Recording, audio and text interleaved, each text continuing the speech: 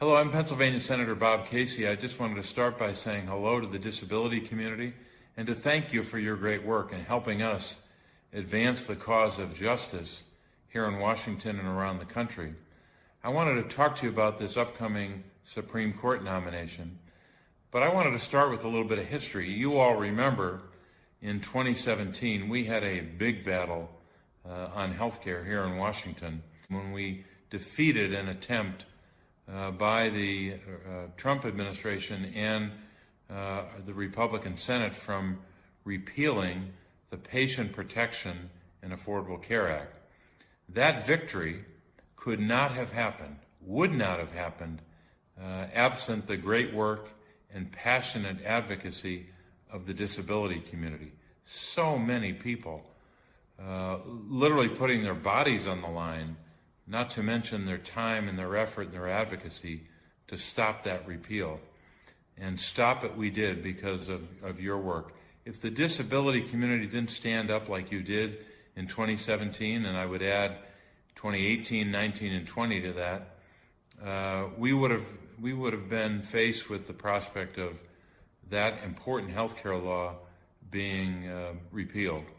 But the battle goes on because here we are again, fighting on this issue once again because of what has transpired over just the last couple of days and even the last couple of weeks even. The passing of Associate Justice Ruth Bader Ginsburg was a sad day for America, and we've been recalling her great contributions ever since, standing up for people that often don't have a voice. You all remember her decision in the Olmstead case in 1999, a case which affirmed the inclusion clause of the Americans with Disabilities Act. Here's part of what she wrote, and I'm quoting, quote, "Unnecessary institutionalization qualifies as discrimination by disability," unquote. So you can tell by her writings, by her words, and by her life story that she was going to be and continue to be a fighter for people with disabilities. Now, because of her passing and all that we will miss with her death, now we have a process that has just gotten underway to appoint a new Supreme Court justice. The president just announced his decision this weekend. Judge Amy Coney Barrett of the Seventh Circuit Court of Appeals.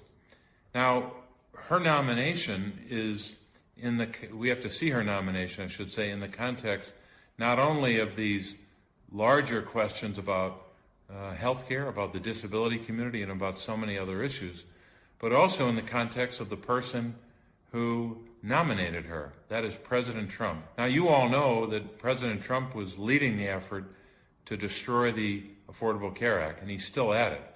He's also undertaken efforts by way of his budget proposals and otherwise to undermine the Medicaid program as well as Medicare. But just consider what he said about the Affordable Care Act. Just in May of this year, President Trump said he wanted to, quote, terminate, unquote, the Affordable Care Act.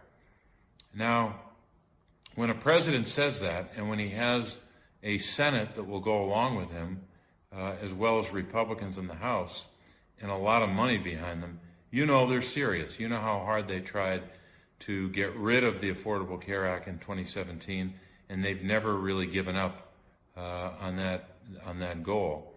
So that's the president who nominated this judge to be a justice. It gets worse than that. Judge Barrett, way back in the period after the 2012 Supreme Court decision, which upheld the Affordable Care Act. And one of the big surprises, as you might remember, is Chief Justice Roberts voted in favor of upholding the Affordable Care Act. A lot of people, including me, were surprised. And at that time, when Justice Roberts made his decision and the court made its decision, Judge Barrett, who was then a law professor, criticized John Roberts, the Chief Justice. But it even gets worse than that, if it's possible. On November the 10th, just days after the presidential election, the Supreme Court will hear an argument on, you guessed it, on a lawsuit to destroy the Patient Protection and Affordable Care Act. And they have probably, at least right now, 4 justices who would vote to overturn that law, to get rid of the Affordable Care Act. But if it's just 4 against 4, the act could potentially survive. It'll go back to the lower court, and maybe we'd have an opportunity to rescue it, so to speak. At least that's my view. It's not a technical view. But with a justice on the court who is hostile to the Affordable Care Act, at least by her writings and by her very, very conservative leanings, you could have a situation where, because she has heard the argument on the 10th of November as a new justice, she would then be able to vote as a justice on the Affordable Care Act, and I think it's highly likely that she would vote to repeal it or to overturn it. And we'd be right back to where we were in 2017 when the disability community worked so hard to save the Affordable Care Act. And as you know, the Affordable Care Act isn't simply about insurance generally. It's about the exchanges, of course, that were created to give people an opportunity for health care. It was also about expanding Medicaid, which helped all kinds of people. People who had an opioid addiction problem, people who never had health care and could get it because Medicaid was just expanded. But one of the big gains of the Affordable Care Act for tens and tens of millions of people, by one estimate, 135 million Americans, was, of course, the protections for Americans who have a pre-existing condition. That was a monumental breakthrough for health care. But if the Affordable Care Act is overturned, declared unconstitutional, pre-existing conditions protections go away. The Medicaid expansion is wiped out. All the gains we made, we'd be right back to those old days when someone with a disability could be discriminated against because that disability is considered a pre-existing condition. Under the old rules, your age could be held against you. Your gender, women were discriminated against because they are women. That was their pre-existing condition. How about this? Pregnant women were discriminated against because pregnancy was considered a pre-existing condition. Now, COVID-19 itself, the disease that comes from the virus, could be considered a pre-existing condition. And of course, a lot of other bad things that we're trying to get rid of in the Affordable Care Act would come roaring back. Not just the loss of coverage for a pre-existing condition, but of course annual limits on health care and lifetime limits. So we have a lot of reasons to oppose the effort to overturn the Affordable Care Act, but the first thing we have to do is oppose this nomination, because we don't want the far right making decisions about who will be on the Supreme Court. And this could be their third pick of this administration.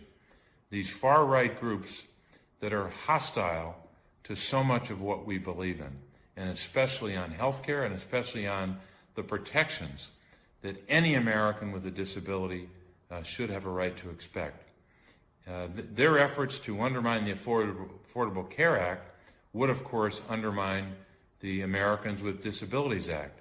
So the advancements that our country made by passing the ADA 3 decades ago and by passing the Affordable Care Act 1 decade ago could be badly undermined, if not wiped out, by the nomination and confirmation of a far right judge to be a justice on the court. So I look forward to working with so many in the disability community to oppose this nomination and to oppose it on policy, not to criticize personally the nominee. We're not going to do that. We're going to focus on policy. We're going to fight this nomination. We look forward to working with you. God bless your work for the disability community and for all of America. Thank you.